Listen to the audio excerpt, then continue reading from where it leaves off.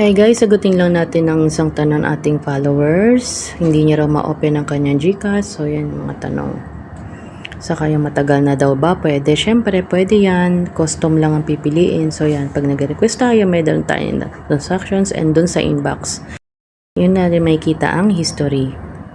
Okay? So, ayan o, request transaction history. Saka dyan sa inbox na yan, sa notifications. Makikita nyo dyan yung mga receive, send, ganyan. So, anyway, request tayo. So, ma-receive nyo sa email nyo. So, yan, select option, 7 days, last 6 days. Pwede sa custom, kayo na mag-input ng date kung saan. So, submit request lang. Siyempre, dun sa email na nilagay nyo, doon ma-receive yung transaction. So, yan. So, may format. Halimbawa, De La Cruz, 1234, yung apelido, saka yung last 4 digit ng GCash ninyo. So, yun sa akin. Siyempre, apelido ko saka yung last 4 digits ng GCash number ko. So, yun, download lang. So, open natin and doon na, marireceive na yan.